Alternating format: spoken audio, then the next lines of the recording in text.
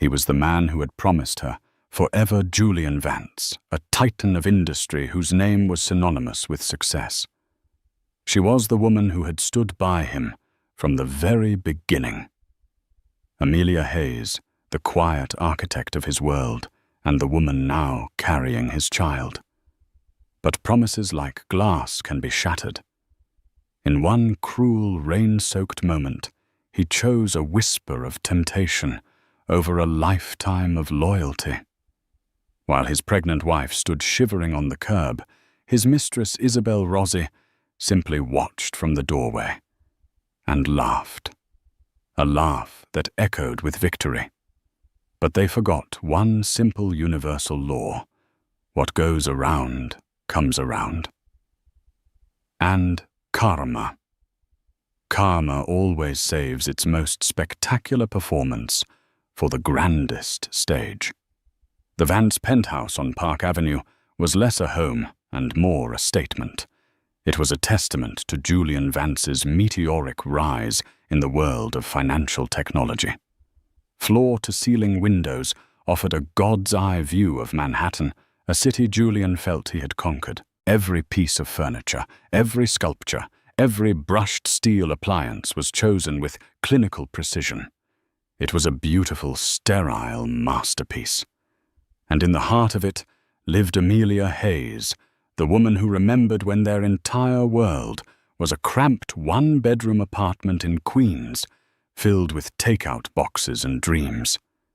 She was the one who had proofread his business plans, made coffee at 3 a.m., and celebrated his first ever $1,000 profit with a cheap bottle of champagne. Now they drank vintages that cost more than their first car, but the fizz was gone. Amelia, 6 months pregnant, ran a hand over her swelling belly. The baby, a girl they had decided to name Lily, was a restless little thing.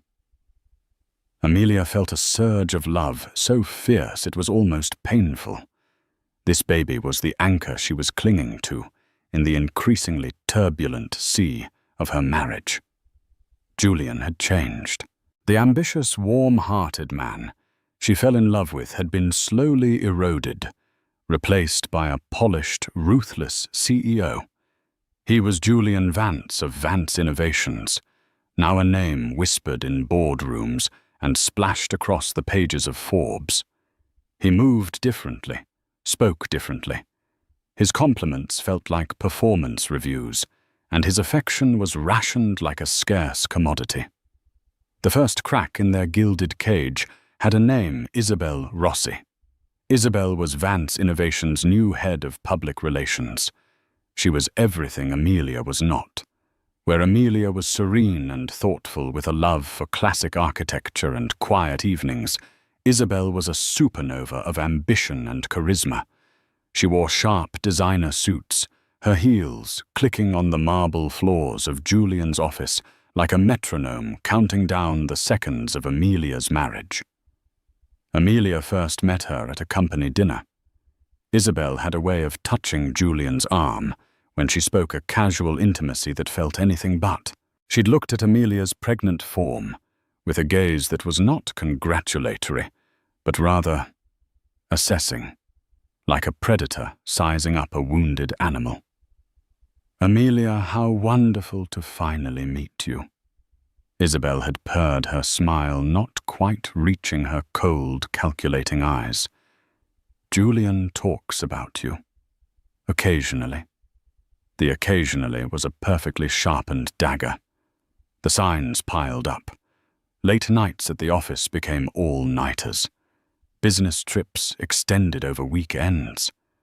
The scent of an unfamiliar, expensive perfume, Chanel No. 5, a classic but not Amelia's, clung to his shirts. When Amelia confronted him, her voice trembling but firm, he deployed the classic weapons of a guilty man: deflection and gaslighting. "You're being hormonal, Amelia.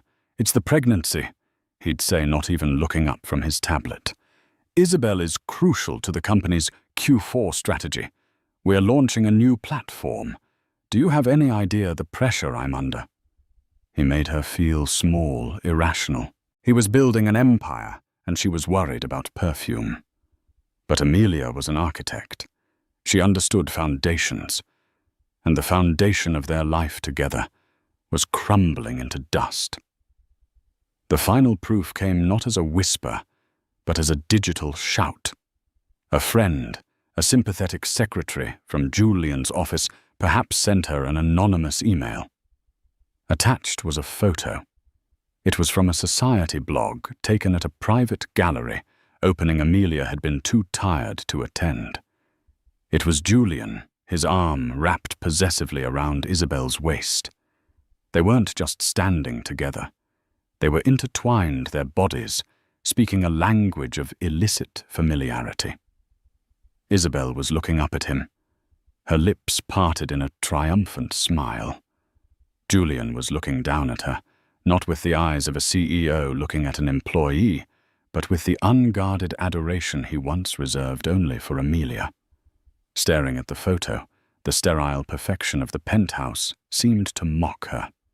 The city lights blurred through her tears. She felt the baby kick a small, insistent reminder of the life that depended on her. Her heartbreak was no longer just her own. She had to fight not just for her marriage, but for her child's future. That evening, when Julian came home, he found Amelia waiting for him in the living room. The tablet with the photo was on the coffee table. The air was cold and still. "Explain this, Julian," she said, her voice quiet, devoid of hysteria, which seemed to unnerve him more than shouting would have. He looked at the photo, and for a fleeting moment, a flicker of shame crossed his face.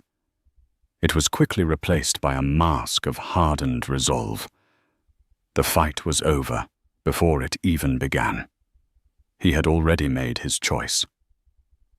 "Amelia." He began, his tone that of a CEO handling a difficult but necessary downsizing. "Things have been complicated for a while now. We've grown apart." "Grown apart," she repeated the words, tasting like ash. "Julian, I am carrying your child, our daughter." "There is no growing apart from that. The pregnancy complicates things, I admit," he said, and the coldness of his words struck her with the force of a physical blow. "But Isabel, she understands my world. She challenges me. She's aligned with my future." "And I'm not," Amelia whispered, her heart breaking into a million pieces. "The woman who believed in you when you had nothing." He wouldn't meet her eyes. People change, Amelia. That was it. 10 years of love, loyalty, and shared dreams dismissed with 3 words. She knew then that the man she married was gone. In his place stood a stranger in an expensive suit, a hollow man who saw his unborn child as a complication and his wife as a relic of a past he was eager to shed. The battle wasn't to save her marriage. The battle now was to survive its demolition. The rain began that night, a relentless, miserable drizzle that mirrored the weeping of Amelia's soul. She had hoped for a fight, for remorse, for anything other than the chilling finality in Julian's eyes. But there was none. He had already moved on, and she was just a loose end to be tied up. The next few days were a blur of stilted conversations and suffocating silence. Julian moved into one of the guest suites, a stranger in his own home. He communicated with her through short, impersonal texts, mostly about logistics. Lawyers would be in touch. An arrangement would be made. The arrangement came in the form of a manila envelope left on the kitchen island. It contained a divorce settlement proposal. It was generous, clinically so. It offered her a lump sum that would ensure she never had to work again, a trust for the baby, and a list of available high-end apartments. It was a severance package for a decade of her life. Appended to it was a non-disclosure agreement that would gag her from ever speaking about their life or his infidelity. He wasn't just divorcing her. He was trying to erase her. Amelia didn't want the money. She wanted the life they had built, the future they had planned for their daughter. She wanted the man who held her hand in the hospital during the first ultrasound and cried when he heard the tiny, fluttering heartbeat. Where had that man gone? The final brutal act happened a week later. Amelia was packing a small bag of personal items, photographs, a book of poetry he'd given her. Her mother's locket when she heard the front door open. It wasn't Julian. It was Isabel. She stood in the grand foyer as if she owned it, dressed in a blood-red dress that seemed to defy the gloom of the day. She surveyed the apartment with a proprietary air, her eyes finally landing on Amelia. "I thought I'd come and see the progress," Isabel said, a smug little smile playing on her lips. "Julian felt it would be better if you expedited your departure. It's awkward, you understand." Amelia felt a cold fury rise within her, a protective instinct for herself and her unborn child. "This is still my home, Isabel. You have no right to be here." Isabel laughed, a short, sharp sound that echoed in the cavernous room. "Oh, darling, don't be so naive. A home is just property. And this property is about to be under new management. I'm thinking of a complete redesign. This whole aesthetic you have. It's so gentle. So last season." Each word was a calculated cruelty. Just then Julian walked in. He stopped short when he saw the two women, a flicker of discomfort on his face. "Isabel, I told you to wait in the car," he said, his voice tight. "I got impatient," she purred, walking over and linking her arm through his. "I wanted to make sure things were moving along. We have dinner reservations at Per Se, and I need time to change." Amelia looked at Julian, pleading with her eyes. "Say something. Defend me. Defend our history." He just looked away, his jaw tight. "Amelia, the lawyers said you agreed to be out by the end of the week. It's better to just get this over with." "Get this over with." Amelia's voice finally broke. Tears streamed down her face. "This is our life, Julian. You can't just throw it away for her." She gestured towards Isabel, whose smile only widened. "It's already done," Julian said, his voice flat and devoid of emotion. "The sooner you accept it, the easier it will be." He started to walk towards the door, pulling Isabel with him. Overwhelmed by a tidal wave of grief and desperation, Amelia followed them. She reached out her hand, landing on Julian's arm. "Julian, please, don't do this. Think about Lily. Think about our daughter." It was the wrong thing to say. His face hardened into a mask of pure, cold fury. He turned his body tense. "I told you. It's over." He pulled his arm away from her grasp, but he did it with such force, such dismissive anger, that Amelia, caught off balance, stumbled backward. Her heel caught on the edge of a rug. For a terrifying, heart-stopping moment, she was airborne, her arms windmilling as she tried to regain her footing.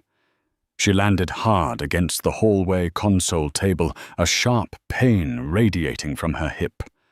Her hands flew instinctively to her stomach, a gasp of fear escaping her lips. It wasn't a violent shove, but it was a push nonetheless, a physical manifestation of how he was pushing her out of his life. It was careless, it was cruel, it was final. He froze his eyes wide with a flash of what might have been horror. But before he could act, before he could say a word, Isabel stepped in front of him, blocking his view of Amelia on the floor. And then she laughed. It wasn't a giggle. It was a throaty, genuine, triumphant laugh. A laugh that said, "I have won. You have lost. And it is glorious."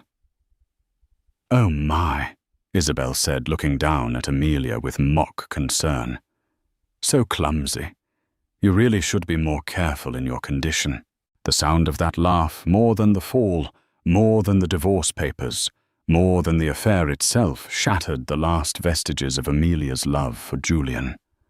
In that moment, she saw him not as the man she had lost, but as the weak, spineless coward he had become, a man who would stand by and let another woman laugh at the mother of his child, crumpled on the floor. Julian just stood there, paralyzed, a puppet whose strings were now held by Isabel. He didn't offer a hand.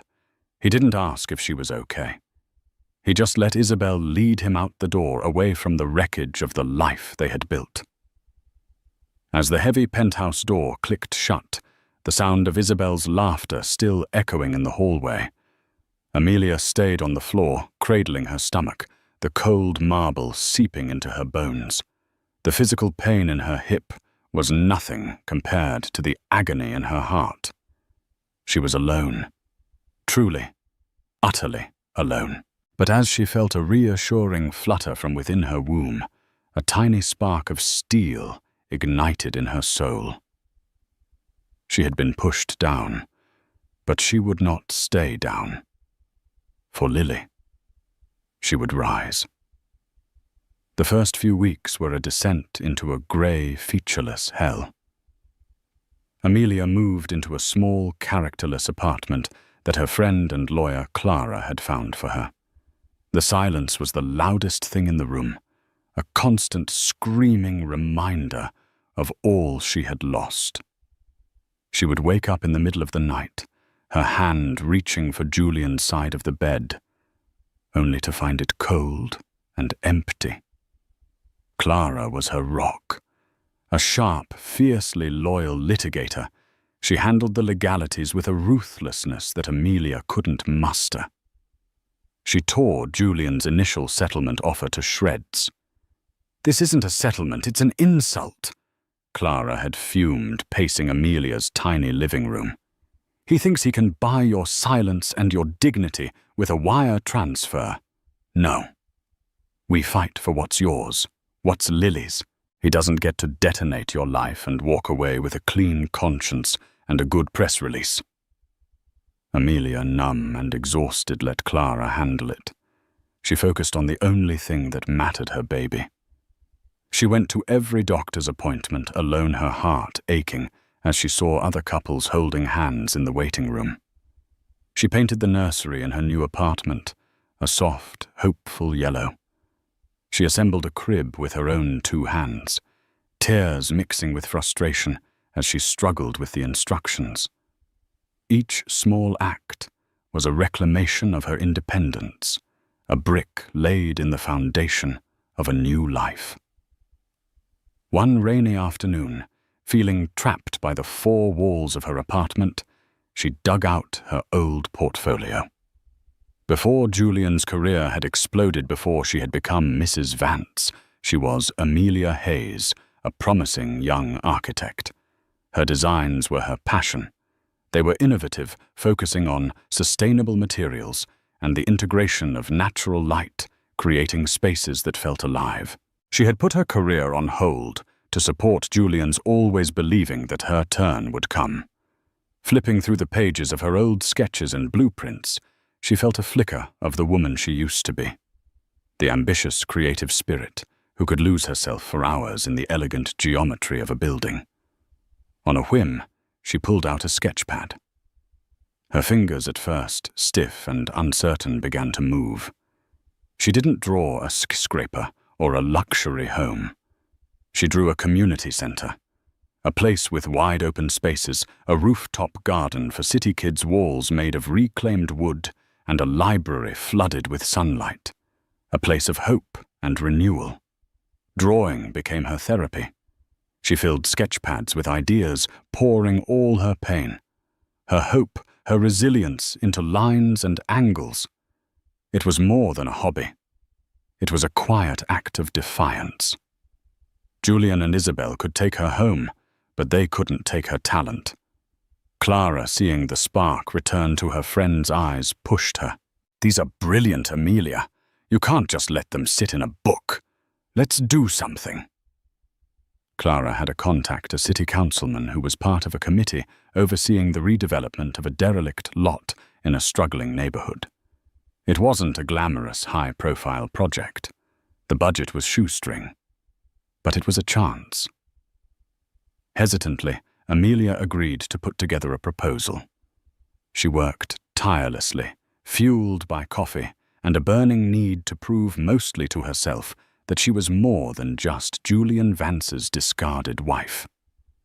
She built a scale model on her small dining table using recycled cardboard and balsa wood.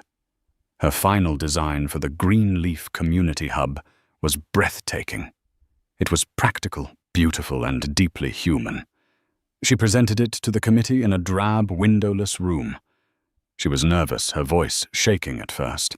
But as she started to describe the solar panels, the rainwater harvesting system, the way the central atrium was designed to foster interaction, her passion took over. She wasn't selling a building. She was sharing a vision. They were blown away. A small independent firm was chosen for the project, Hayes Design Studio, a name Amelia had registered just days before the presentation. Her first client check was for an amount smaller than Julian's weekly wine budget, but when she held it in her hand, it felt like $1 million. It was hers. She had earned it.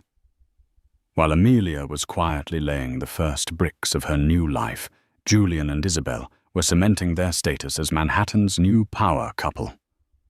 They were everywhere in gossip columns, at charity galas, on the cover of a society magazine with the headline, "The Vances 2.0, a perfect partnership."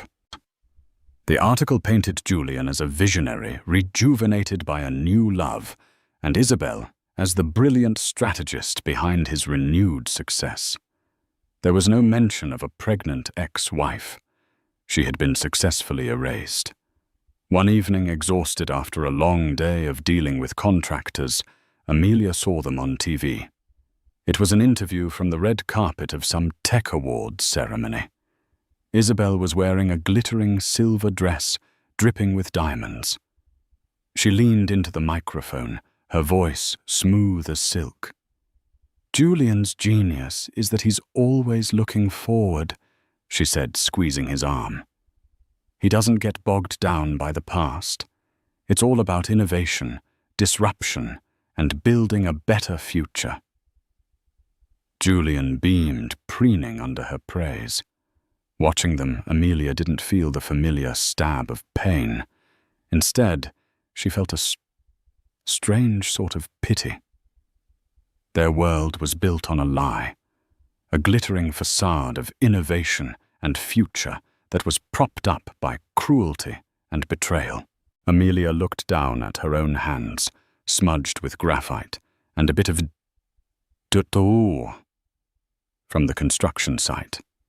She was building something real, something tangible, something that would bring light and hope to a community. Let them have their red carpets and their flashbulbs. She was an architect. She knew that a structure built on a rotten foundation, no matter how beautiful it looks, is destined to collapse. And she was content to wait and to build. Months bled into one another. Amelia's world became a cycle of prenatal appointments, long hours at the Greenleaf construction site, and quiet evenings sketching new designs. Hayes Design Studio, operating out of a small shared workspace, began to get noticed. The Greenleaf project, despite its small budget, was generating positive buzz in architectural circles for its innovative, eco-conscious design. A prominent design blog ran a feature on it, calling it a quiet masterpiece of community-focused architecture. The article mentioned Amelia Hayes as a fresh, vital new voice in urban design. Her name was starting to exist on its own, untethered from Julian's. Then Lily was born. Holding her daughter for the first time, Amelia felt a profound sense of peace. All the pain, the betrayal, the loneliness of the past year melted away in the face of this tiny, perfect human. Lily had her mother's calm blue eyes and a stubborn little chin that was all Julian. Looking at her, Amelia's resolve hardened into something unbreakable. Her fight was no longer about her own vindication. It was about building a world of integrity and strength for her daughter. Julian had been legally notified of the birth. He did the bare minimum required by the courts. Child support payments arrived on time, transferred electronically, as impersonal as a utility bill. He sent an ostentatiously large bouquet of flowers to the hospital with a card that read, "Wishing you well," signed with his sterile corporate signature. He made no request to see his daughter. Isabel, it seemed, had won that battle too. Isabel's reign as the new Mrs. Vance was absolute. She had successfully orchestrated a complete rebranding of their lives. The Park Avenue penthouse was gutted and redecorated in a style she called assertive modernism, a cold, imposing collection of black marble chrome and brutalist art. She hosted lavish parties where the guests were not old friends, but rather a curated list of influencers, investors, and media personalities who could amplify the Vance brand. She had also inserted herself into Vance Innovations. Julian, blinded by her flattery and ambition, gave her a seat on the board as Chief Strategy Officer. She had a knack for P and marketing, but she lacked a fundamental understanding of the tech world or the company's culture. Old guard employees loyal to the company Julian had built began to grumble. She was all style, no substance, making sweeping decisions based on optics rather than sound business principles. One of her pet projects was the Vance Foundation, a philanthropic arm of the company designed to generate positive press. Their flagship initiative was a multi-million-dollar donation to the city's Museum of Modern Art to sponsor a new wing. It was a flashy, high-profile move that landed them on the cover of Philanthropy Today. Amelia saw the article while waiting in the pediatrician's office with Lily. There was a photo of Julian and Isabel at a press conference handing over a giant check. Isabel was quoted extensively speaking of their deep commitment to the cultural enrichment of the city. Amelia had to smile. She remembered Julian once saying he found modern art pretentious. This was all Isabel. It was philanthropy as a performance. Meanwhile, on the other side of town, the Greenleaf Community Hub was nearing completion. The rooftop garden was planted by neighborhood kids. The library was being stocked with donated books. The free clinic in the basement was preparing to open its doors. It was quiet, unglamorous work that wouldn't land anyone on a magazine cover, but it was real. The contrast between their two worlds became starker every day. Isabel's life was a curated feed of glamorous events, a fashion show in Paris, a yachting trip in Monaco, a film festival at Cannes. Amelia's life was a camera roll of unglamorous but beautiful moments. Lily's first smile, the sunlight hitting the reclaimed wood of the hub's atrium, the joyful faces of the children at the center's opening day. Amelia's work began to speak for itself. The success of the Greenleaf Hub led to another commission, then another. A sustainable library for a university. A pro bono design for a women's shelter. Hayes' design studio grew, moving into its own small but light-filled office. Amelia hired 2 young, passionate architects to help her. She was becoming known for a specific style architecture with a conscience. One day, an unexpected visitor appeared at her studio. It was Marcus Thorne. Marcus was a legend in the tech world, an early investor in Vance Innovations and Julian's longtime mentor. He was an old-school gentleman who valued integrity above all else. Amelia had always liked and respected him.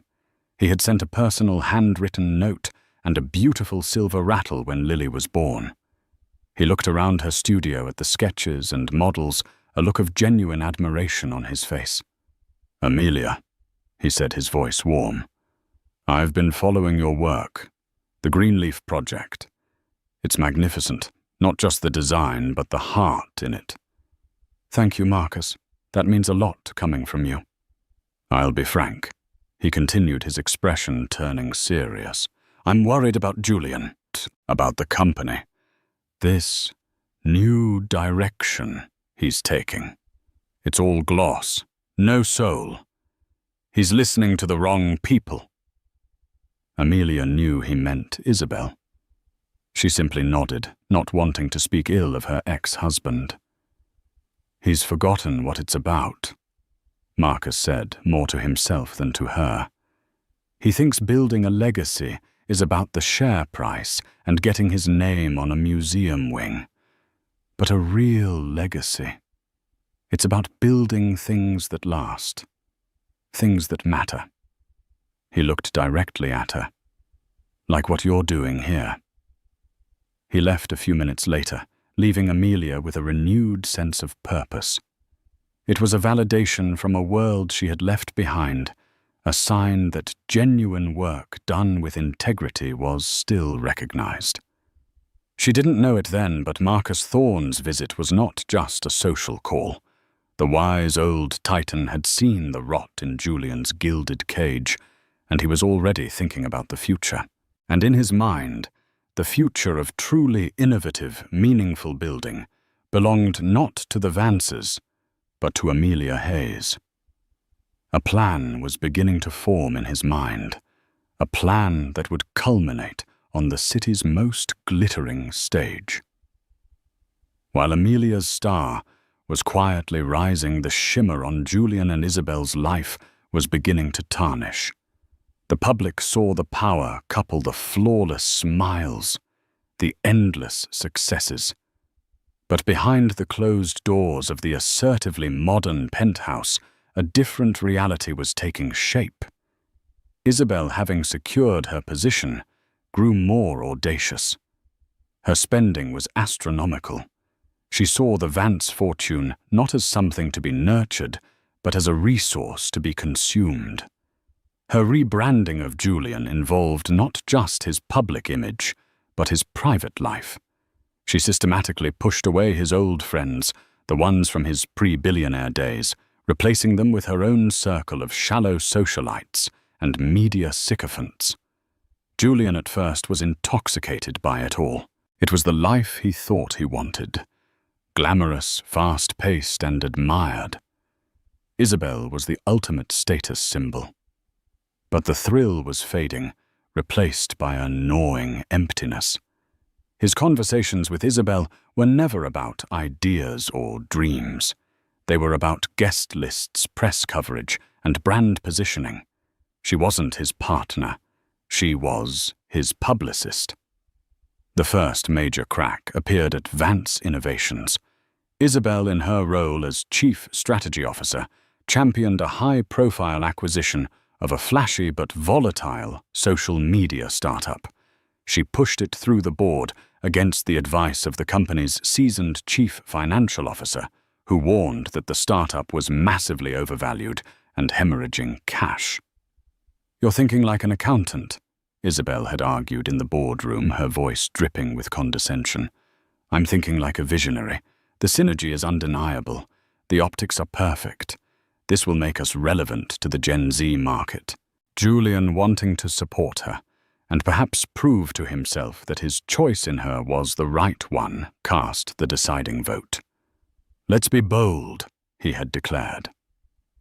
6 months later, the startup imploded. A scandal involving data privacy emerged. The user base collapsed, and Vance Innovations was forced to write off nearly $1 billion. The stock plummeted. It was the first major failure in the company's history. The business journals, once so fawning, were now critical, questioning Julian's judgment and the undue influence of his new wife. The fallout was brutal. The old CFO resigned. Morale at the company hit an all-time low. For the first time, Julian felt the cold grip of real fear. The empire he had built felt fragile. The arguments with Isabel began. They were no longer about trivial things like dinner plans. They were bitter, vicious fights that echoed through the cold marble halls of their penthouse. "This is your fault," Julian yelled one night, waving a copy of the Wall Street Journal with a scathing article about the failed acquisition. "You pushed this. You didn't know what you were talking about." "My fault," Isabel shrieked back, her perfect composure finally cracking. "I'm the one who made you a household name. Before me, you were just another boring tech nerd. I gave you a brand. I gave you a life. You're blaming me because your precious company hit a bump in the road." In that moment, Julian saw her with terrifying clarity. He saw the boundless, selfish ambition, the complete lack of accountability. She didn't care about Vance Innovations, the company he had poured his blood, sweat, and tears into. It was just a vehicle for her. He was just a vehicle for her. He began to think of Amelia. He remembered how she would challenge his ideas not to undermine him, but to make them better. He remembered her quiet wisdom, her genuine concern for the people who worked for them. He remembered her talking about building a company with a good culture, not just a good stock price.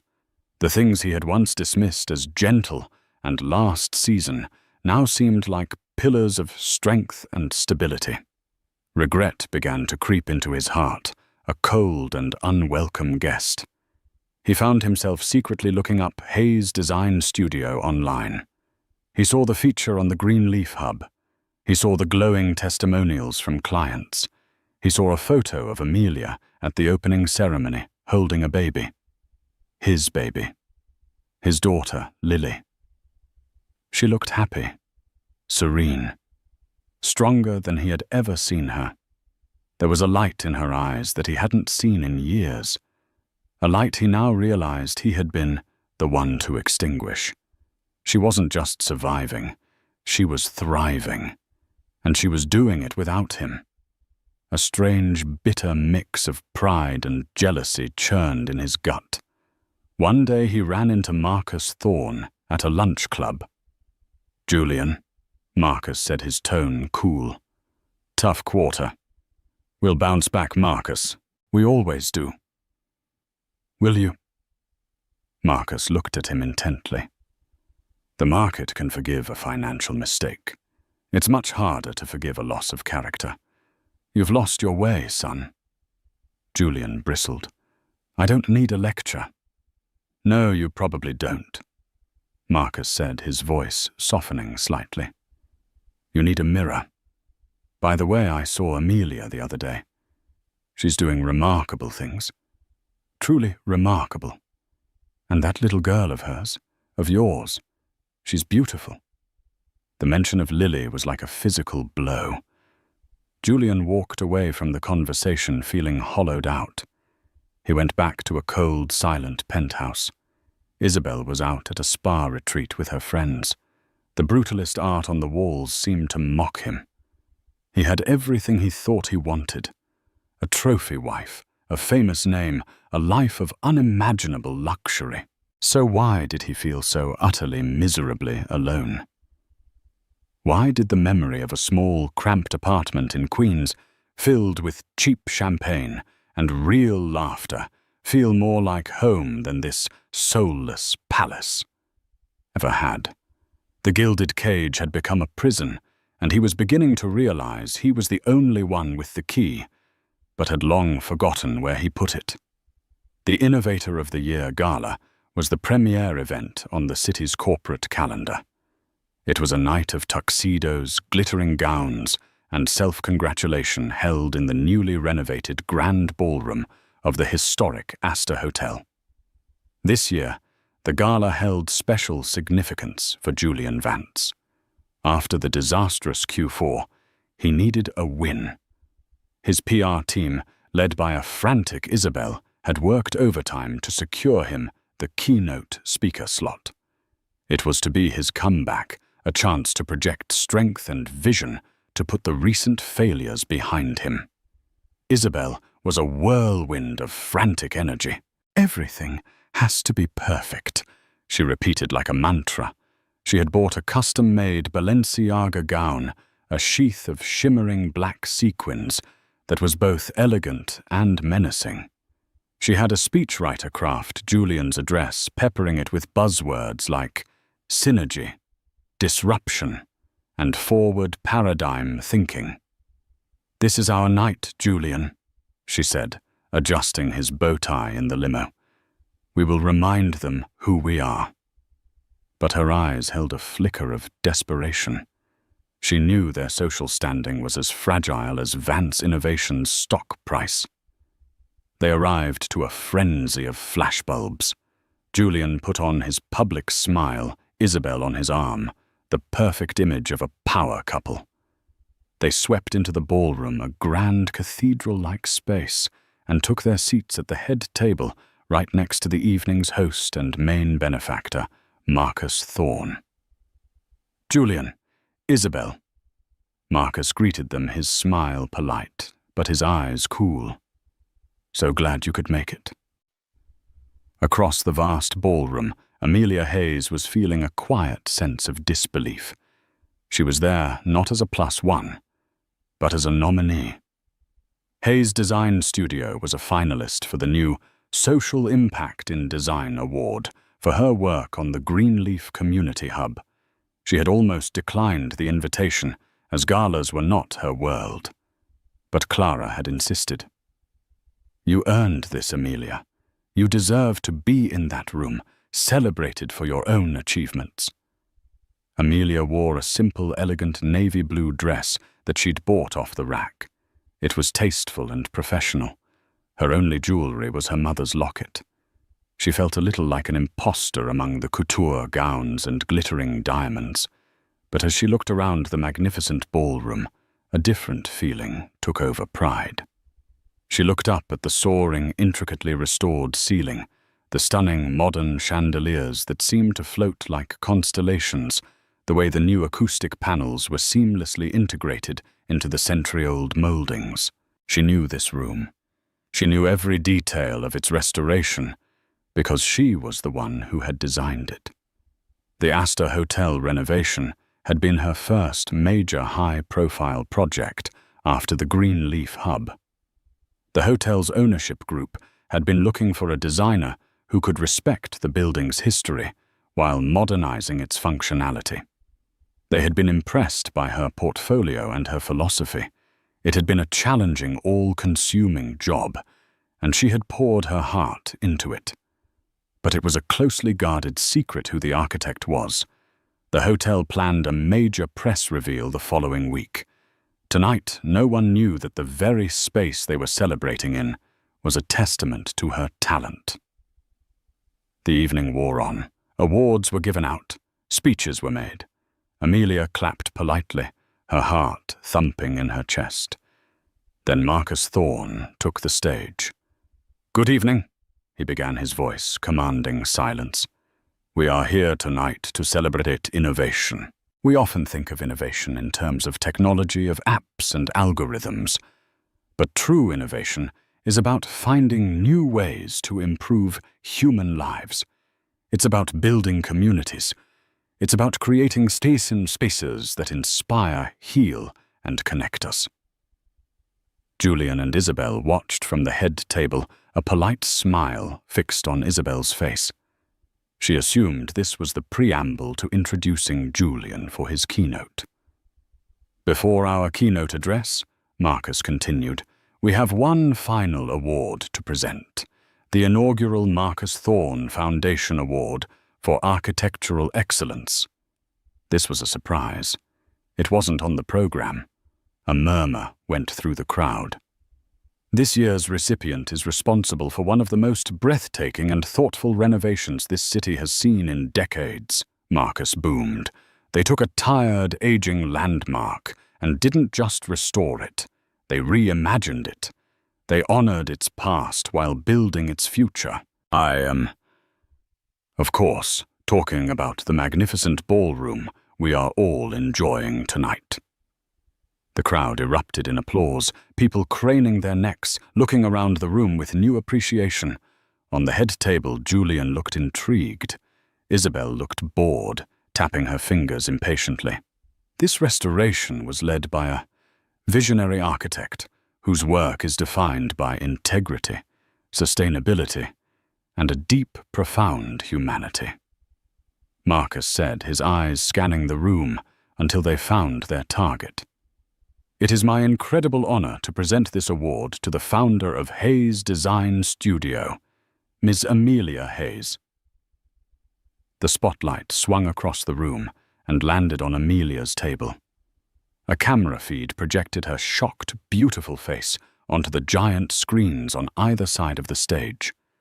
For a moment, there was a stunned silence, followed by a wave of thunderous applause. At the head table, Julian's face went white. He looked from Amelia's face on the screen to the soaring ceiling above, the pieces clicking into place in his mind with sickening force. He was sitting in a monument to the talent of the wife he had thrown away. But the true shock was on Isabel's face. Her painted smile dissolved into a mask of pure, unadulterated horror. Her eyes darted from Amelia to Julian, and back again, a silent, panicked scream in her gaze. This was her night, their comeback, and it was being hijacked by the ghost she thought they had successfully exorcised. Amelia, her legs feeling like jelly, made her way to the stage, the applause washing over her. She shook Marcus's hand and accepted the heavy, elegant award. She stepped up to the podium, looking out at the sea of faces, her eyes briefly meeting Julian's. She saw in them a universe of shock and regret. She felt nothing. She gave a short, graceful speech, thanking her team and the hotel group. She spoke of the importance of building spaces that serve people. She ended with a simple, powerful statement. "I want to dedicate this award to my daughter Lily," she said, her voice clear and strong, "to remind her that you can build a beautiful future no matter what happens to your past." The applause was deafening, but karma was not done yet.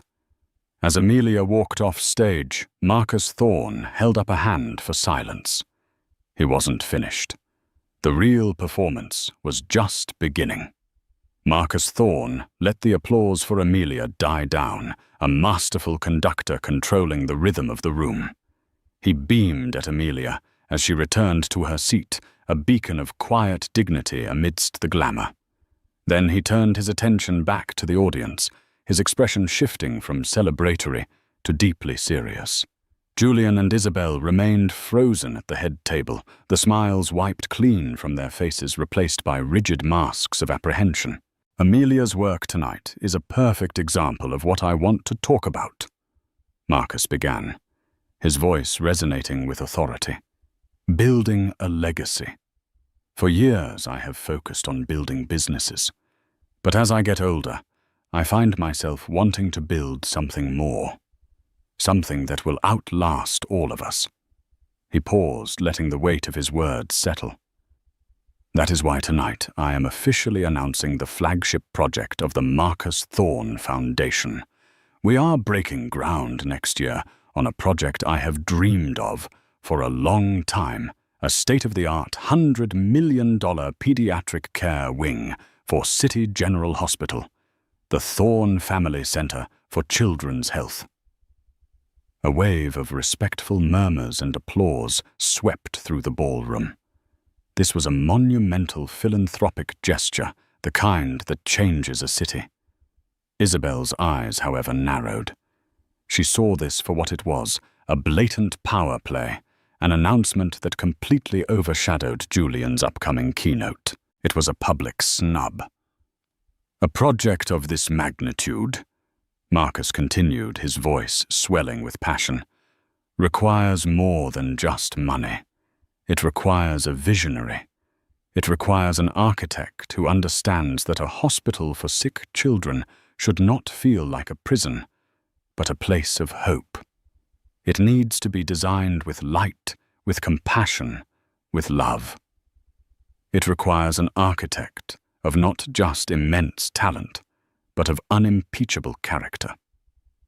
Julian felt a cold dread snake its way up his spine. He knew, with a sudden gut-wrenching certainty, what was coming next. He wanted to stand up, to leave, to disappear, but he was pinned to his chair by the weight of 1,000 pairs of eyes. Marcus's gaze once again swept the room and landed with deliberate theatrical precision on Amelia. After a 6-month nationwide search, my foundation's board has made a unanimous decision. I could not be prouder to announce that the lead architect for this career-defining legacy project will be Ms. Amelia Hayes and the Hayes Design Studio. If the first announcement had been a shockwave, this was an earthquake. The room erupted. It was a stunning, unprecedented move, handing a project of this scale not to some massive, established corporate firm, but to a small, rising studio. It was a powerful endorsement, a king-making moment played out on the most public of stages. The cameras once again found Amelia, her face a picture of stunned, tearful disbelief. They then cruelly panned to the head table.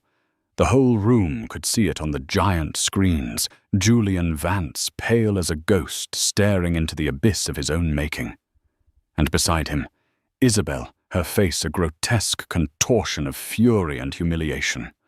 Her carefully constructed world, her perfect evening, her entire identity as the victorious new Mrs. Vance was being publicly dismantled piece by piece. Marcus wasn't finished. He delivered the final devastating blow, not with a shout, but with a quiet, pointed statement. "We chose Amelia Hayes," he said, his voice now low and intimate, yet carrying to every corner of the silent room.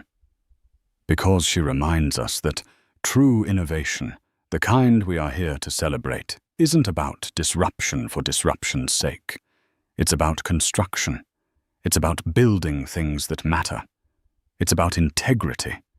It's a quality that sadly seems to be in increasingly short supply these days."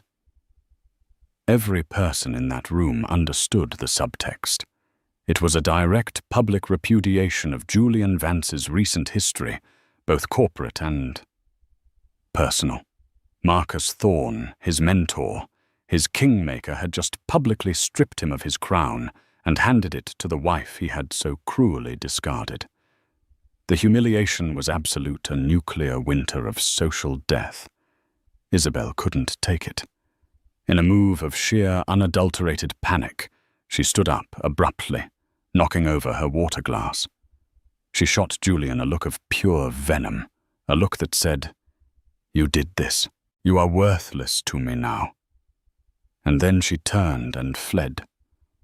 Practically running from the head table, her black sequin dress trailing behind her like a river of spilled oil. The cameras followed her ignominious exit. The room was left in a stunned, electric silence. Julian sat alone at the center of it all, the spotlight of his failure shining down on him. His keynote speech, the one about forward paradigm thinking, lay forgotten on the table. The future had just been announced, and it had nothing to do with him. He finally looked across the room at Amelia. She was surrounded by well-wishers, people congratulating her, shaking her hand. She was radiant. She was the center of this new, brighter universe. She met his gaze one last time. There was no triumph in her eyes, no malice, no "I told you so." There was only a quiet, sad finality. A door closing. Then she turned away, back to her friends, back to her future. Julian Vance, the titan of industry, the innovator of the year, slowly stood up.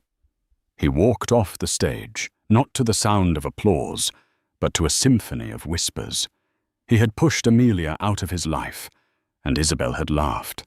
Now the entire world had watched him fall and had given Amelia a standing ovation as she rose. Karma had not just hit, it had orchestrated a masterpiece. In the end, Julian Vance lost everything that truly mattered. Isabel left him that very night, her investment in him having yielded nothing but public shame. His company faltered, his reputation shattered. He was left alone in a cold, empty penthouse, a monument to his own bad choices. But this story isn't about his fall. It's about Amelia's rise. She never sought revenge. She simply chose to build. She built a new life, a thriving business, and with the Thorne Family Center, she would build a legacy of hope for countless children. She stands today, not as a victim of a bitter past, but as the proud architect of her own triumphant future with her daughter Lily by her side. Amelia's journey is a powerful reminder that our greatest strength is not found in tearing others down, but in building ourselves up brick by brick. True success isn't measured in dollars or headlines, but in integrity, resilience, and the positive impact we leave on the world. If Amelia's story of strength and perseverance moved you, please show your support by giving this video a like and sharing it with someone who might need to hear it. Don't forget to subscribe to our channel for more true life stories that inspire. And we want to hear from you. What part of Amelia's comeback resonated with you the most? Let us know in the comments below. Thank you for watching.